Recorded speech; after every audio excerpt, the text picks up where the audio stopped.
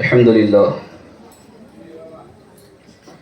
لله كفى والصلاة والسلام على عباده الذين اصطفى أما بعد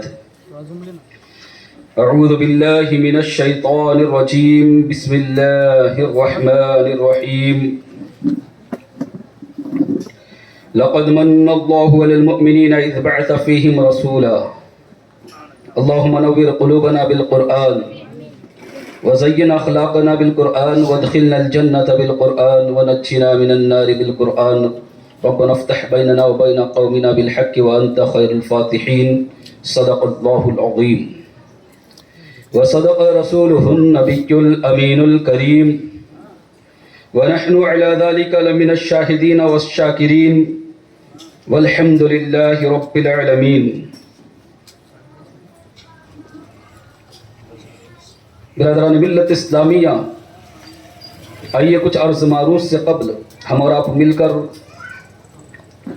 آقا نامدار، مدینے کے تاجدار، امت کے غمخوار، شاہوں کے تاج، آقاؤں کے آقا، ہم غلاموں کے محسن، صبح کائنات کے شمس الضحیٰ، شام کائنات کے بدر الدجا، محمد عربی روح فدا صلی اللہ تعالی علیہ وسلم کی بارگاہ میں جس طرح سے میں پڑھاتا ہوں میرے ساتھ مل کر پڑھیے.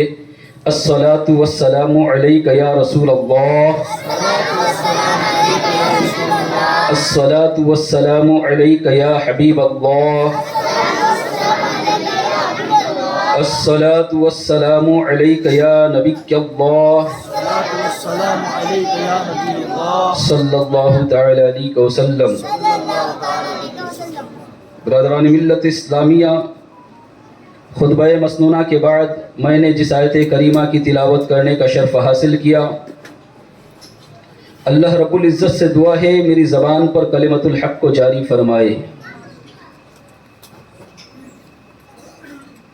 انشاءاللہ آج کے اس مختصر وقت میں میں آپ کے سامنے اللہ کے رسول تاجدار مدینہ صلی اللہ تعالی علیہ وسلم، آپ کی نبوت 40 سال کے بعد ہوئی ہے یا 40 سال پہلے بھی آپ نبی تھے؟ آپ کی عمر جب 40 سال نہیں ہوئی تھی اس وقت بھی آپ نبی تھے، یا 40 سال ہونے کے بعد آپ کو نبوت ملی؟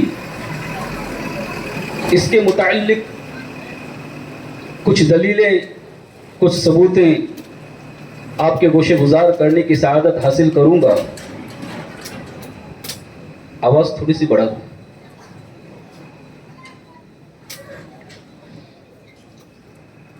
انشاءاللہ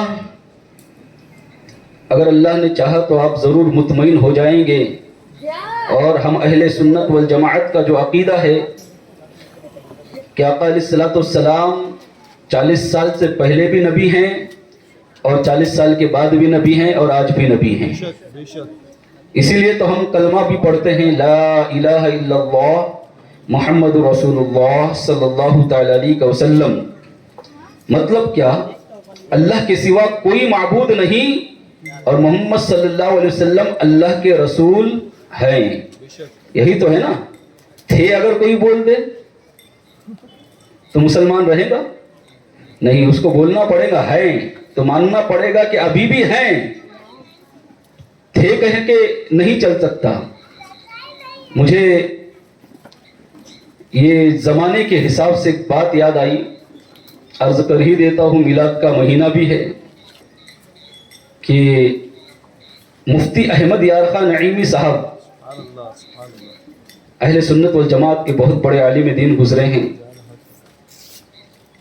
ان سے ایک مرتبہ کسی بدبخت نے سوال کیا تھا، آج بھی کرتے ہیں.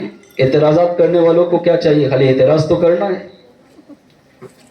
تو ان سے پوچھا گیا کہ حضرت یہ بتائیے کہ حضور صلی اللہ تعالی علیہ وسلم کے زمانے میں میلاد ہوتا تھا؟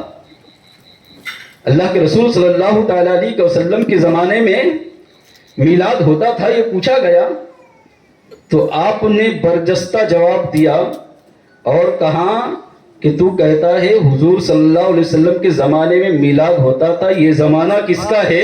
یہ زمانہ بھی تو میرے آقا کا ہے۔ کیا تو نے نہیں سنا کہ بریلی کے تاجدار پکار اٹھے ہیں، زمین و زمان تمہارے لیے، مکین و مکان تمہارے لیے، چنین و چنا تمہارے لیے، بنے دو جہاں تمہارے لیے۔ فرمایا یہ زمانہ بھی حضور کا ہے، یہ زمانہ تیرے باپ کا زمانہ نہیں ہے۔ برادران ملت اسلامیہ، تو ہر زمانہ میرے آقا کا ہے۔ تو وہ اللہ کے رسول تاجدار مدینہ صلی اللہ علیہ وسلم 40 سال سے پہلے بھی نبی ہیں، صرف نبوت کا اظہار آپ نے 40 سال کے بعد فرمایا ہے۔ یاد رکھنا، نبوت 40 سال میں نہیں ملی، نبوت کا اظہار 40 سال کے بعد کیا ہے۔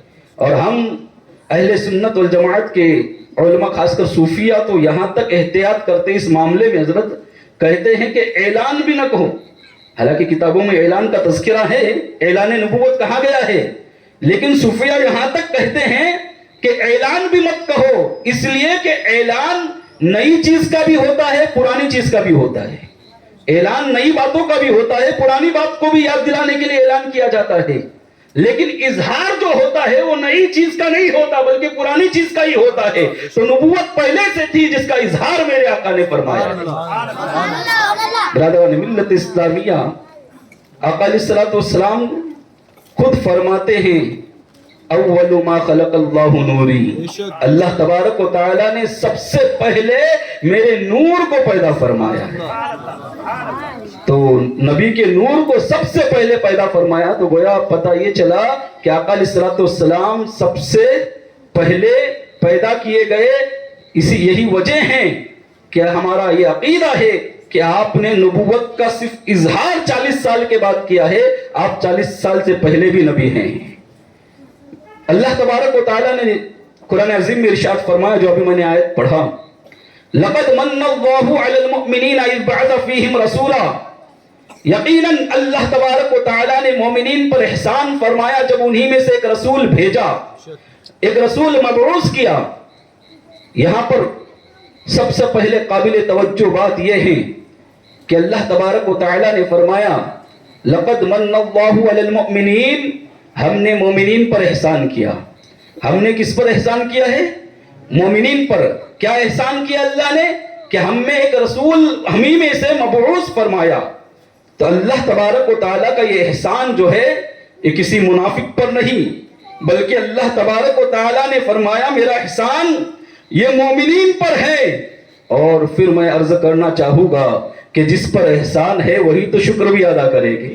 آج ہم یہاں شکر ادا کرنے کے لیے بیٹھے ہیں آقا کی آمد کا، آقا کے مبعوث ہونے کا، تو یقیناً آپ کو ماننا پڑے گا کہ ہم مومن ہیں اور ہم پر احسان ہے، اس لیے ہم اللہ کا شکر ادا کرنے کے لیے یہاں بیٹھے ہیں۔ اور جس پر احسان ہے ہی نہیں تو پھر وہ شکر ادا کیوں کرے گا؟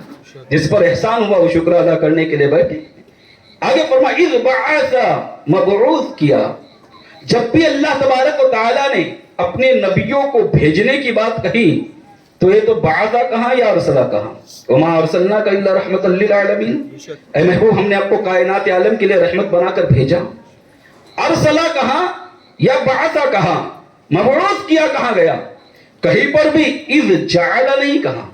اب جعل کا مطلب ہوتا ہے بنایا۔ اب اس مثال کو آسانی کے ساتھ سمجھ سکتے ہیں کہ آپ اگر کہیں کہ میرے پاس فلاں چیز ہے اور میں اس کو بھیج رہا ہوں تو آپ کے پاس ہوگی تب آپ بھیجو گے، آپ کے پاس نہیں ہوگی تو آپ بھیج نہیں سکتے، آپ کو بنانا پڑے گا۔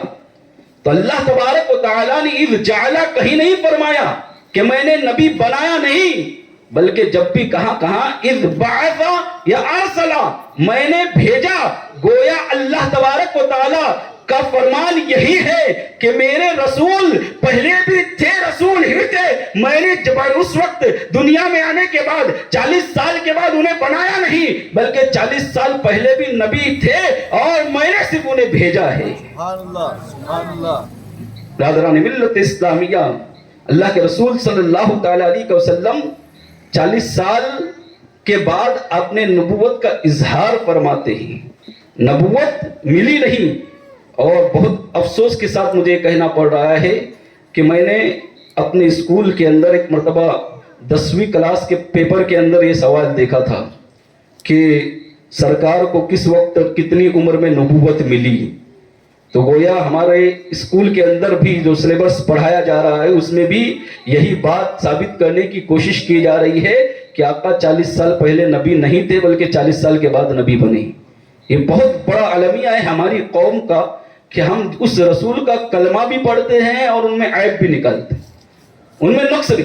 یہ چیز جو ہے یہ کسی قوم کے اندر نہیں ہے، یہ ہماری قوم ہی ہے ایسے کچھ بدبخت جو ان کا کلمہ بھی پڑھتے ہیں اور ان میں نقص بھی نکالتے ہیں، ان میں عیب بھی ڈھونڈتے ہیں۔ برادران ملت اسلامیہ، لیکن ہم اہل سنت والجماعت پر اللہ کا خاص فضل ہے کہ ہم نبی کے اندر کبھی عیب نہیں نکالتے، بلکہ ہمارا عقیدہ تو یہ ہے کہ وہ کمال حسن حضور ہے کہ غمان نقص جہاں نہیں، یہی پھول خار سے دور ہے، یہی شمع ہے کہ دھواں نہیں۔ برادران ملت اسلامیہ، اللہ تبارک و تعالیٰ نے مومنین پر احسان کیا کہ انہی میں سے ایک رسول بھیجا۔ یہ اللہ کا بہت بڑا احسان ہے۔ آپ غور کریں کتنا بڑا احسان ہے کہ اگر اس احسان کو ہم بڑا نہیں سمجھے اور اس کا شکر ادا نہ کرے تو پھر ہم سے کمتر کوئی نہیں ہوگا، اس لیے کہ اللہ تبارک و تعالیٰ نے بہت سارے احسانات مومنین پر فرمائے۔ میں نے اس دن بھی بتایا کہ کیا کیا احسانات ہیں۔ ایک احسان کی طرف میں آپ کی توجہ دلانا چاہوں گا۔ غور کریں کہ اللہ تبارک و تعالیٰ نے ہمیں روزی دی، ہمیں کھانے کے لیے نوالا دیا، لیکن یہ کھانے کا نوالا جو ہمارے پیٹ تک پہنچتا ہے نا، آپ یہ سمجھتے ہیں یہ نوالا اٹھایا ہم نے منہ میں ڈالا پیٹ میں چلا گیا، لیکن ایسا نہیں ہے۔ کئی پروسیس سے گزر کر یہ نوالا ہمارے پیٹ میں جاتا ہے۔ آپ نے کبھی غور کیا اس بات پر کہ جو چیز ہم کھانے کے لیے سب سے پہلے لیتے ہیں یا چاہتے ہیں کہ یہ چیز کھائے، تو سب سے پہلے ہماری نگاہیں کام کرتی ہیں، سب سے پہلے نگاہ اس پر پڑتی ہے کہ نگاہ دیکھتی ہے کہ یہ چیز ہماری پسندیدہ ہے یا نہیں، یہ چیز ہمارے لائق ہے یا نہیں، طبیعت ہماری اس کو قبول کرتی ہے یا نہیں، ہم اسے پسند کرتے ہیں یا نہیں۔ سب سے پہلے نگاہ دیکھتی ہے۔ اگر نگاہ نے پاس کیا اس چیز کو کہ ہاں یہ چیز میرے کھانے کے لائق ہے، میری طبیعت اس چیز کو پسند کرتی ہے، پھر بس نہیں ہوتا، بلکہ اب پھر ہمارا ہاتھ اس چیز کے قریب جاتا ہے، ہمارے ہاتھ سے ہم ٹٹولتے ہیں کہ یہ چیز کہیں ایسی تو نہیں کہ ہمارے جسم میں جانے کے بعد ہمیں نقصان پہنچائے۔ پھر ہمارا ہاتھ اسے چیک کرتا ہے، ہمارے ہاتھ نے چیک کرنے کے بعد جب ہاتھ اسے قبول کر لیتا ہے اور ہاتھ جب اس کو پاس کر دیتا ہے تو پھر ہم اس کو اٹھا کر اپنے منہ کے قریب لاتے ہیں۔ لیکن واہ رے اللہ کی قدرت، واہ اللہ کی شان کہ اللہ تبارک و تعالیٰ نے منہ کھلنے سے پہلے ہمارا ناک رکھا ہے۔ اگر اس چیز کے اندر بدبو ہوگی، اس چیز کے اندر بو ہوگی، وہ چیز سڑی ہوئی ہوگی، گلی ہوئی ہوگی، تو ہمارا ناک پہلے ہی بتا دے گا کہ یہ چیز اندر جانے کے لائق نہیں ہے، یہ چیز کھانے کے لائق نہیں ہے، اس میں بدبو ہے۔ منہ نہیں کھلے گا، ناک پہلے ہی بتا دے گا۔ اور اگر وہ چیز اچھی ہے، کھانے کے لائق ہے اور ناک نے بھی پاس کر دیا، پھر ہم اسے منہ میں ڈالیں گے۔ جیسے ہی منہ میں ہم نے وہ چیز کو ڈالا، اب زبان اس کا پتہ بتائے گی کہ کڑوی ہے، اچھی ہے، میٹھی ہے، کھٹی ہے۔ اگر وہ اچھی نہیں ہوگی، کڑوی ہوگی، ہمارے لائق نہیں ہوگی، تو ہم فوراً اس کو تھوک دیں گے۔ اور پھر زبان نے بھی پاس کر دیا تو پھر اب وہ دیکھا جائے گا کہ وہ کڑک ہے یا نرم ہے۔ پھر دانت کا مرحلہ شروع ہو جائے گا، دانت پھر اس کو چبانے کے لائق ہے یا نہیں۔ پھر دانت اگر اس کو چبائیں گے اور چبا کر بالکل نرم کر دیں گے، اس کے بعد پھر وہ حلق سے نیچے اترے گی۔ اندر بھی بہت سارے پروسیس ہے۔ برادران ملت اسلامیہ، غور کرو کہ اللہ تبارک و تعالیٰ ایک لقمہ تمہارے پیٹ میں ڈالنے سے پہلے کتنے پروسیس سے اسے گزار کر پھر تمہارے پیٹ میں وہ نوالا جاتا ہے۔ کہ اللہ کا احسان نہیں ہے، کہ اللہ کا کرم نہیں ہے، کہ اتنا احسان، اتنا بڑا احسان اللہ کا کہ اتنے پروسیس سے گزر کر پھر وہ لقمہ ہمارے پیٹ میں جاتا ہے تاکہ پیٹ کو تکلیف نہ ہو، تاکہ پیٹ کو اذیت نہ ہو۔ برادران ملت اسلامیہ، اتنا بڑا احسان اللہ تبارک و تعالیٰ نے فرمایا رزق دے کر، لیکن رزق دے کر بھی اللہ تبارک و تعالیٰ نے یوں نہیں کہا کہ میں نے مومنین پر احسان کیا۔ اتنی چیزیں عطا کی لیکن کہیں نہیں کہا کہ مومنین پر احسان کیا۔ احسان کا تذکرہ کرنا ہوا تو اللہ تبارک و تعالی نے فرمایا لقد من اللہ علی المؤمنین اذ بعث فیہم رسولا، یقیناً مومنین پر اللہ نے احسان کیا کہ جب انہی میں سے ایک رسول مبعوث کیا، رسول کو بھیج کر یہ احسان جتلایا، تو ہم اس احسان کے شکر کے لیے یہاں پر حاضر ہوئے ہیں۔ اور ہر مومن کو چاہیے کہ اللہ کا احسان، اللہ کا شکر ادا کرے کہ آقا علیہ الصلوۃ والسلام جیسی نعمت اور آپ جیسی رحمت اور آپ جیسا احسان ہمیں عطا فرمایا ہے۔ برادران ملت اسلامیہ، اللہ کے رسول تاجدار مدینہ صلی اللہ علیہ وسلم، میں نے جیسا کہا کہ آپ 40 سال پہلے بھی نبی ہیں، اگر آپ نبی نہ ہوتے تو میں پوچھنا چاہتا ہوں لوگوں سے جو کہتے ہیں کہ 40 سال کے بعد نبوت ملی، میرے آقا کا ایک قدم بتاؤ، ایک رویہ بتاؤ، ایک طریقہ بتاؤ، ایک کام بتاؤ، ایک فعل بتاؤ کہ اللہ کے رسول صلی اللہ علیہ وسلم نے نبوت کے خلاف کوئی کام کیا ہو۔ ایک کام بتاؤ، دیانت داری آپ کے اندر، سچائی آپ کے اندر، وعدہ کا وفا کرنا آپ کے اندر، رشتہ داروں کے ساتھ اچھا سلوک کرنا آپ کے اندر، چھوٹوں پر شفقت آپ کے اندر، بڑوں کی تعظیم آپ کے اندر، کبھی جھوٹ نہیں بولا آپ نے۔ برادران ملت اسلامیہ، اسی پر بس نہیں بلکہ آپ کا حال یہ ہے کہ آپ نے 40 سال سے پہلے بھی کبھی کسی معبود باطل کے آگے سجدہ نہیں کیا، کبھی نہیں۔ تو میں پوچھنا چاہتا ہوں کوئی ایک کام تو بتاؤ جو نبوت کے منافی ہو، جو نبوت کے خلاف ہے۔ آپ نہیں بتا پاؤ گے۔ اللہ کے رسول صلی اللہ تعالیٰ علیہ وسلم جس طرح 40 سال کے بعد آپ کے سارے کام نبوت والے تھے، اس طرح 40 سال پہلے بھی آپ کے سارے کام نبوت والے تھے، اس لیے کیونکہ آپ 40 سال پہلے بھی نبی ہیں۔ جانتے ہیں آپ یہ مسئلہ، یہ شاید بہت کم لوگ جانتے ہوں گے کہ اللہ کے رسول صلی اللہ تعالیٰ علیہ وسلم نے کبھی 40 سال کی عمر سے پہلے کبھی کسی بت کے نام کا ذبیحہ نہیں کھایا، کبھی نہیں کھایا۔ بلکہ ایک مرتبہ ہوا یوں کہ زید بن عمر، یہ اس وقت کے بہت متقی شخص تھے، ان کا حال یہ تھا کہ یہ خانہ کعبہ کی دیواری کو ٹیک لگا کر کہتے تھے کہ سنو، اس وقت مکمل طور پر دین ابراہیم پر کوئی عمل کرتا ہے تو میں کرتا ہوں۔ ان کا اعلان تھا، ان کا دعویٰ تھا کہ مکمل طور پر دین ابراہیم پر کوئی عمل کرتا ہے تو میں کرتا ہوں۔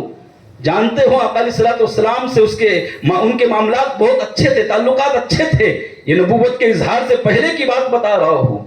وایوں کہ ایک دن آقا علیہ الصلوۃ والسلام اس کے گھر تشریف لے گئے تو اس نے گوشت بنایا ہوا تھا۔ اللہ کے رسول صلی اللہ علیہ وسلم کے سامنے جب گوشت پیش فرمایا تو اس نے آقا علیہ الصلوۃ والسلام نے کھانے سے انکار فرمایا، کیونکہ اللہ کے رسول صلی اللہ علیہ وسلم اس وقت انہیں معلوم تھا کہ یہ مکہ والے کیا کرتے ہیں، کس کے نام کا ذبح کرتے ہیں اور پھر کھاتے ہیں، اس لیے اللہ کے رسول صلی اللہ علیہ وسلم نے تناول فرمانے سے منع فرمایا۔ تو انہوں نے کہا زید بن عمر نے کہ میں جانتا ہوں کہ آپ جو ہیں بتوں کے نام کا گوشت نہیں کھاتے، ان کے نام پر ذبح ہوا، لہذا میں بھی اسی پر عمل کرتا ہوں اور یہ گوشت اللہ کے نام پر ذبح ہوا ہے۔ برادران ملت اسلامیہ، اس واقعے سے پتا چلا کہ اللہ کے رسول صلی اللہ علیہ وسلم نے کبھی ایسا گوشت تناول نہیں فرمایا جو غیر خدا کے نام پر ذبیحہ ہو۔ تو پتہ یہ چلا کہ اتنا اہم کارنامہ آپ کا کیا نبوت کے خلاف ہو سکتا ہے؟ اگر آپ نبی نہیں ہوتے تو کیا آپ اس پر عمل نہیں کرتے؟ لیکن آپ کا عمل یہ بتا رہا ہے کہ آپ اس وقت بھی نبی ہیں۔ برادران ملت اسلامیہ، اسی پر بس نہیں بلکہ آقا علیہ الصلوۃ والسلام کی پیدائش سے لے کر 40 سال تک آپ کی زندگی کا معائنہ کریں گے تو ایک ایک لمحہ آقا علیہ الصلوۃ والسلام کا نبوت سے سرفراز ملے گا۔ وہ کیسے؟ آپ پیدا ہوئے تو اللہ کے رسول تاجدار مدینہ صلی اللہ علیہ وسلم کے بارے میں روایت میں آتا ہے، حضرت آمینہ رضی اللہ تعالی عنہ کہتی ہیں کہ میرا بیٹا جب پیدا ہوا تو کیا تھا، جیسے ہی پیدا ہوا سب سے پہلا جو کام کیا ہے وہ سر سجدے میں تھا اور اللہ کی تسبیح بیان کی۔ برادران ملت اسلامیہ، کون بچہ ایسا پیدا ہوتا ہے کہ سر سجدے میں ہو اور اللہ کی تسبیح بیان کرے؟ کون ہے؟ تو ماننا پڑے گا یہ کسی نبی کا ہی فعل ہو سکتا ہے۔ آقا علیہ الصلوۃ والسلام مختون پیدا ہوئے، یہ بھی نبوت کے لیے کافی ہے۔ برادران ملت اسلامیہ اسی پر بس نہیں، بلکہ حال یہ ہے کہ آقا علیہ الصلوۃ والسلام ابھی اس دنیا میں تشریف نہیں لائے ہیں، اس سے پہلے کا واقعہ ہے، 55 دن پہلے کا بہت مشہور واقعہ ہے کہ ابرہہ نے خانہ کعبہ کے اوپر حملہ کیا تھا۔ جانتے ہو کیوں کیا تھا؟ اس نے یمن کا بادشاہ تھا ابرہہ، بہت بڑا بادشاہ تھا، اس نے صنعاء کے اندر ایک بہت بڑا گرجا گھر بنایا تھا، بہت بڑا گرجا بنایا تھا۔ ہوا یوں کہ اس کا مقصد اور اس کا منشا صرف یہ تھا کہ لوگ خانہ کعبہ کے طواف کے لیے جاتے ہیں اور وہاں کا طواف کرتے ہیں اور خانہ کعبہ کی زیارت کے لیے اس قدر ہجوم جمع ہوتا ہے، لہذا میں چاہتا ہوں کہ لوگ مکہ نہ جائے اور صنعاء آئے اور یہاں آ کر یہ گرجا گھر کا طواف کرے اور اس کی عبادت کرے۔ برادران ملت اسلامیہ، اس نے بہت بڑا گرجا بنایا، تو اس وقت ایک شخص جو تھا جس کو یہ بات اچھی نہ لگی، اس نے وہ وہاں گیا یمن جا کر اس گرجا گھر کے اندر اس نے پاخانہ کیا۔ جب بادشاہ ابرہہ کو پتا چلا کہ فلاں شخص نے ایسا کیا ہے تو بڑا غصہ ہوا اور اس نے اسی وقت قسم کھائی کہ میں جب تک کہ خانہ کعبہ کو نیست و نابود نہیں کروں گا اور وہاں کے لوگوں کو غلام نہیں بناؤں گا، میں چین سے نہیں بیٹھوں گا۔ اب ابرہہ بہت بڑا بادشاہ اپنی ہاتھیوں کی فوج کے ساتھ نکلا تھا، ہاتھیوں کا لشکر تھا، آگے سارے ہاتھی تھے۔ برادران ملت اسلامیہ جب وہ ایک مقام پر پہنچا تھا، کیوں پہنچا تھا؟ خانہ کعبہ پر حملہ کرنے کے لیے۔ ابھی وہ تھوڑے دور پر تھے مکہ سے، تو ہوا یوں کہ حضرت عبد المطلب جو میرے آقا کے دادا ہیں، ان کے چند اونٹ اور جانور جو ہیں چر رہے تھے، لہذا اس کے کچھ سپاہیوں نے ابرہہ کے ان جانوروں کو پکڑ کر اپنے تحویل میں لے لیا۔ ہوا یوں کہ جب وہ لوگ آگے جا کے خانہ کعبہ کے قریب میں پڑاؤ کیا ان لوگوں نے، ابرہہ کی فوج نے، جناب عبد المطلب کو پتا چلا کہ میرے اونٹ اور میرے جانوروں کو ابرہہ کے سپاہیوں نے قید کر کے رکھا ہے، تو فوراً آپ آئے ابرہہ سے ملاقات کے لیے۔ جیسے ہی ابرہہ سے ملاقات کے لیے وہ پہنچے تو دیکھا ایک بلند قامت، خوبصورت، اور خوبصورت کیوں نہ ہو جن کے پیشانی میں نور نبوت ہو، خوبصورت نہیں تو اور ابرہہ دیکھ کر ایسا مرعوب ہوا کہ اپنی جگہ سے فوراً کھڑا ہوا اور حضرت عبد المطلب کو اپنی جگہ پر بیٹھنے کے لیے کہا۔ اللہ جسے عزت دینا چاہے اس طرح سے عزت عطا فرماتا ہے۔ ابرہہ کی جگہ پر جب حضرت عبد المطلب بیٹھے تو پوچھا کہ آپ قریش کے سردار ہو، یہ بتاؤ کیوں آئے ہو یہاں آنے کی وجہ کیا ہے؟ تو ابرہہ سے کہا کہ میں اس لیے آیا ہوں کہ میرے اونٹ تیرے چند سپاہیوں نے قید کر لیے ہیں، میں چاہتا ہوں میرے اونٹ اور میرے جانور مجھے دے دیے جائیں۔ اتنا سننا تھا کہ بڑا ناراض ہوا، کہنے لگا میں تمہارے کعبے پر حملہ کرنے کے لیے آیا ہوں، خانہ کعبہ کو نیست و نابود کرنے کے لیے آیا ہوں، اور تم چھوٹی سی بات کے لیے میرے پاس آئے ہیں۔ تو حضرت عبد المطلب رضی اللہ تعالی عنہ نے کیا پیارا جواب دیا تھا، انہوں نے کہا کہ سنو، معاملہ یوں ہے کہ یہ اونٹ اور یہ جانور میرے ہیں، اس لیے میں آیا ہوں۔ وہ خانہ کعبہ میرا گھر نہیں ہے بلکہ وہ بیت اللہ ہے، اللہ کا گھر ہے، اور ہر کوئی اپنے گھر کی حفاظت کرتا ہے۔ میرا رب ہے، میرا اللہ ہے، وہ جو اس کا گھر ہے تو اللہ ہی اس کی حفاظت فرمائے گا۔ کہا میرا جو کام تھا، میں جس کے لیے آیا تھا اس کے لیے آیا ہوں، جس مقصد کے لیے میرا آنا ہے میں اس مقصد کے لیے آیا ہوں، جو چیز میری تھی وہ میں مانگنے کے لیے آیا ہوں۔ کہا ٹھیک ہے، میں اپنے سپاہی کو حکم دیتا ہوں کہ آپ کے جانور لے کر چلے جائیں۔ سپاہیوں کو حکم دیا، حضرت عبد المطلب رضی اللہ تعالی عنہ کے تمام جانور جو ہیں وہ دے دیے۔ جیسے ہی آپ جانور لے کر مکہ میں داخل ہوئے، مکہ میں جیسے ہی داخل ہوئے آپ نے اعلان فرمایا کہ لوگوں سب کے سب ابھی اسی وقت پہاڑ کے دروں میں چلے جائے یا پھر مکہ سے باہر چلے جائے، اس لیے کہ ابرہہ جو ہے عنقریب کل صبح جو ہے خانہ کعبہ پر حملہ کرنے والا ہے، کہیں ایسا نہ ہو کہ آپ کو تکلیف پہنچائے، آپ لوگوں کو اذیت پہنچے، لہذا آپ سب کے سب اپنے درے میں چلے جا، کسی درے میں چھپ جاؤ یا پھر مکہ چھوڑ کر کہیں اور پناہ لو۔ برادران ملت اسلامیہ، اس کے بعد روایت میں آتا ہے حضرت عبد المطلب خانہ کعبہ کے قریب آئے، خانہ کعبہ کے دروازے کو پکڑ کر کہا مولا ہر کوئی اپنے گھر کی حفاظت کرتا ہے، یہ میرا گھر نہیں ہے، یہ تیرا گھر ہے، ہم کمزور ہیں، ہم تیرے گھر کی حفاظت نہیں کر سکتے. مولا تو بہترین حفاظت کرنے والا ہے, مولا تو اپنے گھر کی صحیح حفاظت فرمانا. یہ کہہ کر پھر آپ بھی ایک درے میں چلے گئے. برادران ملت اسلام, برادران ملت اسلامیہ, جب جیسے ہی صبح کی سفیدی نمودار ہوئی اور ابرہہ حملہ کرنا چاہتا تھا اور لشکر کے آگے جو ہاتھی تھے ان کو پہلے آگے بڑھانا چاہا, تو ہاتھیوں کا جو سب سے بڑا سردار تھا جس کا نام محمود روایت میں آتا ہے, وہ بیٹھا کے بیٹھا رہا, اٹھنے کا نام نہیں لے رہا تھا. اس کو اتنا اٹھایا گیا, ہر طرح کی کوشش کی گئی لیکن ناکام رہا. وہ ہاتھی جو ہے اٹھنے کے لیے تیار نہ ہوا. پھر دوسرے ہاتھیوں کو آگے بڑھایا گیا. اس طرح ہاتھیوں کا یہ لشکر اب خانہ کعبہ پر حملہ کرنے کے لیے تیار تھا. ان قریب خانہ کعبہ کے قریب پہنچنے والا تھا یہ لشکر کہ کیا ہوتا ہے کہ اللہ تبارک و تعالی نے پرندوں کا ایک جھنڈ بھیجا, پرندوں کا ایک لشکر بھیجا, اور وہ پرند جو تھے وہ چڑیا سے بھی چھوٹے تھے, جن کا نام ابابیل آتا ہے. جو ہمارے یہاں چڑیا جو ہوتی ہے اس سے بھی چھوٹے تھے, جن کا نام ابابیل آتا ہے. لہذا ابابیل آسمان پر اپنے لشکر کے ساتھ نمودار ہوئے, اور ہر ابابیل کے پاس 3 کنکری تھی. 2 چونچ میں تھی کنکریاں اور ایک منہ میں تھی. روایت میں آتا ہے کہ انہوں نے اوپر سے کنکریوں کو پھینکنا شروع کیا. جو ہی کنکریاں نیچے آتی, روایت میں آتا ہے کہ نیچے آنے کے بعد وہ آگ کا کام کرتی تھی. ہاتھی کے اوپر بیٹھے ہوئے انسان کے جسم سے گھس کر پھر ہاتھی کے جسم سے پار ہو جایا کرتی تھی. اللہ اکبر. جب اوپر سے اتنی کنکریاں گرنا شروع ہوئی تو ہاتھیوں کا حال یہ ہوا کہ ہاتھی پر آفت بنائی, اور ہاتھی بجائے آگے جانے کے پیچھے مڑے, اور پیچھے مڑنے کے بعد اپنے لشکر کو یہاں تک کہ ابرہہ بادشاہ کو بھی ہلاک و تباہ کر کے رکھ دیا. سب کے سب برباد ہو گئے اور ابرہہ کا پورا لشکر وہیں پر ختم ہو گیا. برادران ملت اسلامیہ, یہ تو واقعہ تھا. اب بتانا جو چاہتا ہوں وہ یہ ہے کہ اللہ تبارک و تعالیٰ نے اس واقعے کو قرآن عظیم میں ارشاد فرمایا, قرآن عظیم میں بیان فرمایا. اب بارہا سنتے ہیں اس سورت کو. اللہ تبارک و تعالیٰ نے ارشاد فرمایا, الم تر کیف فعل ربک باصحاب الفیل. کیا آپ نے نہ دیکھا اے محبوب, کیا آپ نے نہ دیکھا, الم تر کیف فعل ربک باصحاب الفیل, کہ فیل والوں کے ساتھ اللہ نے کیا کیا. اللہ تبارک و تعالیٰ نے اپنے محبوب کو مخاطب ہو کر فرمایا, اے محبوب کیا آپ نے نہ دیکھا, الم تر کیا آپ نے نہ دیکھا, ہاتھی والوں کے ساتھ اللہ نے کیا کیا. یہاں پر کیا لفظ استعمال ہوا ہے, غور کرنا.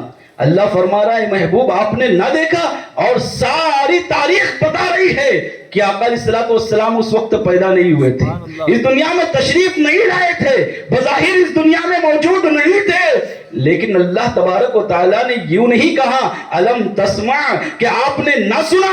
ہونا تو یہ چاہیے تھا, آپ اگر جس وقت موجود نہ ہوگے تو میں یہ کہوں گا کہ آپ نے نہ سنا, ایسا معاملہ ہوا. یہی تو ہوگا نا, آپ موجود ہوگے جب میں کہوں گا. آپ نے نہ دیکھا ایسا ہوا, آپ نے نہیں دیکھا ایسا ہوا. میں کب کہوں گا, جب آپ موجود ہوگے. جب کہوں گا, آپ موجود نہیں ہوگے تو پھر میں یہ کہوں گا کہ تم نے نہیں سنا میں نے ایسا کیا, کہ تم نے نہیں سنا ایسا واقعہ ہوا. اللہ تبارک و تعالیٰ نے الم ترا کہہ کر بتا دیا کہ اللہ کے رسول صلی اللہ علیہ وسلم ابھی بظاہر اس دنیا میں تشریف نہیں رہے ہیں, لیکن اس کے باوجود بھی وہ موجود ہے. اس لیے رب فرما رہا ہے الم ترا کیف فعل ربک باصحاب الفیل, کہ اے محبوب آپ نے نہ دیکھا ہم نے ہاتھی والوں کا کیا حشر کیا ہے.